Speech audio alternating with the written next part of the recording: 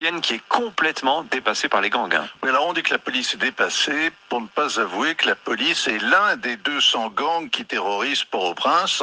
Elle est vénale, brutale, impuissante et c'est à peu près tout ce qui reste d'État en Haïti. Il n'y a plus de président, il a été massacré en 2021. Il n'y a plus de parlement ni de Sénat, la dernière élection remonte à trop longtemps. Il n'y a plus de hauts fonctionnaires, ils se sont enfuis à l'étranger. Reste un premier ministre de transition nommé par le président la veille de son assassinat. Ariel Henry fait comme s'il avait été investi. Il a un mort-vivant au-dessus de lui, une administration fantôme en dessous. Bienvenue au pays du vaudou. Ariel Henry fait comme s'il avait une majorité, comme s'il expédiait les affaires courantes, comme s'il allait organiser enfin des élections. En fait, Ariel Henry fait surtout bonne figure à l'étranger. Les Américains, la France, le Brésil, le Canada, l'Europe qui ont besoin d'un interlocuteur. Et le secrétaire général de l'ONU qui s'égosille depuis un an pour envoyer une force multinationale sur place. Mais une force qui ne soit pas des casques bleus. On veut du muscle, pas des babysitters.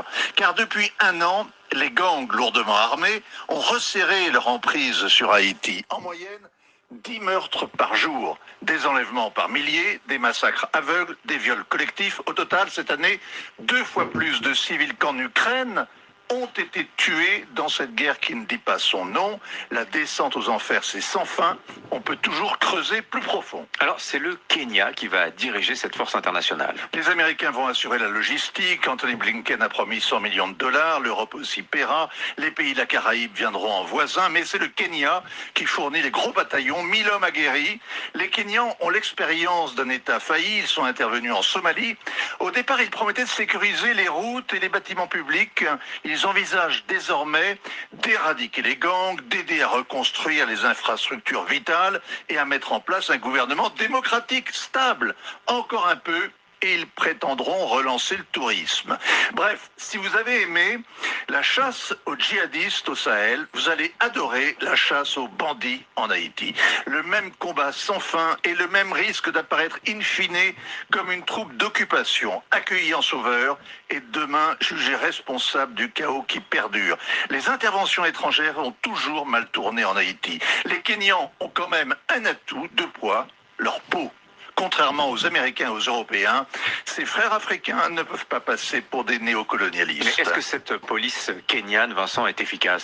Alors elle est dénoncée par les organisations de défense des droits de l'homme pour sa violence. Amnesty a recensé pour l'année en cours 30 manifestants morts sous les tirs de la police kenyane. Son chef nie ces accusations. Il prétend même que ce sont les politiciens de l'opposition qui ont récupéré des corps à la morgue pour les mettre en scène et discréditer la police. Voilà un homme qui sera à sa place à Port-au-Prince, capitale de la paranoïa, la seule ville où personne n'est surpris de croiser dans la rue un voisin enterré la veille.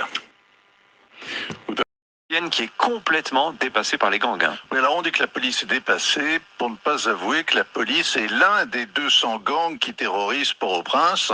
Elle est vénale, brutale, impuissante et c'est à peu près tout ce qui reste d'État en Haïti. Il n'y a plus de président, il a été massacré en 2021. Il n'y a plus de parlement ni de Sénat, la dernière élection remonte à trop longtemps. Il n'y a plus de hauts fonctionnaires, ils se sont enfuis à l'étranger. Reste un premier ministre de transition nommé par le président la veille de son assassinat. Ariel Henry fait comme s'il avait été investi. Il a un mort-vivant au-dessus de lui, une administration fantôme en dessous. Bienvenue au pays du vaudou. Ariel Henry fait comme s'il avait une majorité, comme s'il expédiait les affaires courantes, comme s'il allait organiser enfin des élections. En fait, Ariel Henry fait surtout bonne figure à l'étranger. Les Américains, la France, le Brésil, le Canada, l'Europe qui ont besoin d'un interlocuteur. Et le secrétaire général de l'ONU qui s'égosille depuis un an pour envoyer une force multinationale sur place. Mais une force qui ne soit pas des casques bleus. On veut du muscle, pas des babysitters. Car depuis un an, les gangs lourdement armés ont resserré leur emprise sur Haïti. En moyenne, 10 meurtres par jour, des enlèvements par milliers, des massacres aveugles, des viols collectifs. Au total, cette année, 2 fois plus de civils qu'en Ukraine ont été tués dans cette guerre qui ne dit pas son nom. La descente aux enfers, c'est sans fin.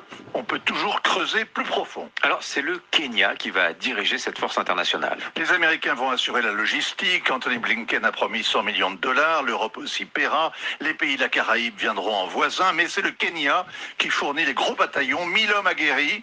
Les Kenyans ont l'expérience d'un État failli. Ils sont intervenus en Somalie. Au départ, ils promettaient de sécuriser les routes et les bâtiments publics. Ils envisagent désormais d'éradiquer les gangs, d'aider à reconstruire les infrastructures vitales et à mettre en place un gouvernement démocratique, stable, encore un peu, et ils prétendront relancer le tourisme. Bref, si vous avez aimé la chasse aux djihadistes au Sahel, vous allez adorer la chasse aux bandits en Haïti. Le même combat sans fin et le même risque d'apparaître in fine comme une troupe d'occupation accueillie en sauveur et demain jugée responsable du chaos qui perdure. Les interventions étrangères ont toujours mal tourné en Haïti. Les Kenyans ont quand même un atout, deux poids, leur peau. Contrairement aux Américains et aux Européens, ces frères africains ne peuvent pas passer pour des néocolonialistes. Mais est-ce que cette police kenyane, Vincent, est efficace?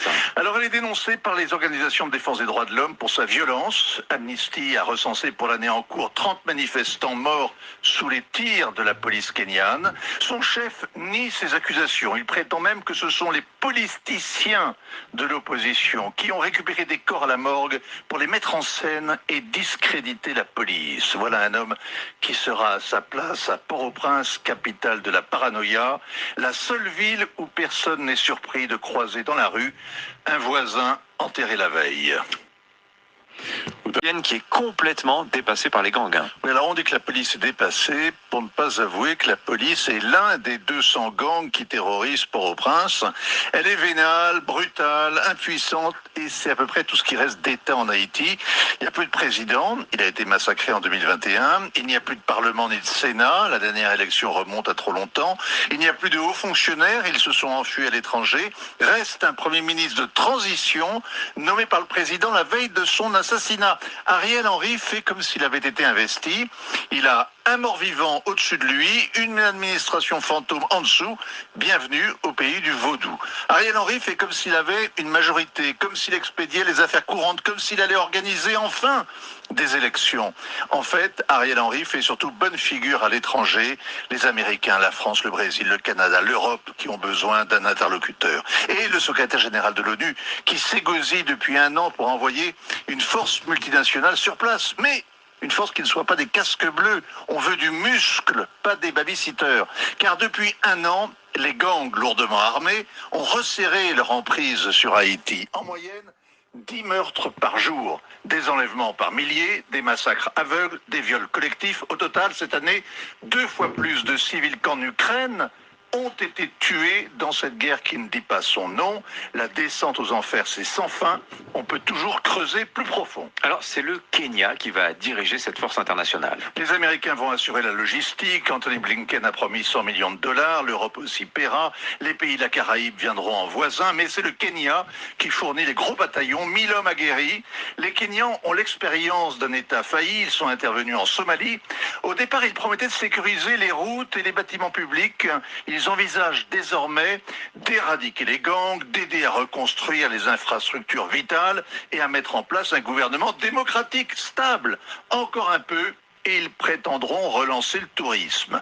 Bref, si vous avez aimé la chasse aux djihadistes au Sahel, vous allez adorer la chasse aux bandits en Haïti.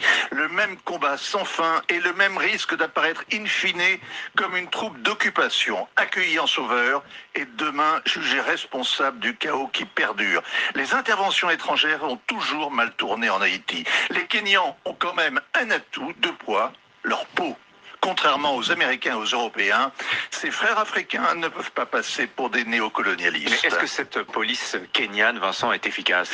Alors elle est dénoncée par les organisations de défense des droits de l'homme pour sa violence. Amnesty a recensé pour l'année en cours 30 manifestants morts sous les tirs de la police kenyane. Son chef nie ces accusations. Il prétend même que ce sont les politiciens de l'opposition qui ont récupéré des corps à la morgue pour les mettre en scène et discréditer la police. Voilà un homme qui sera à sa place à Port-au-Prince, capitale de la paranoïa, la seule ville où personne n'est surpris de croiser dans la rue un voisin enterré la veille.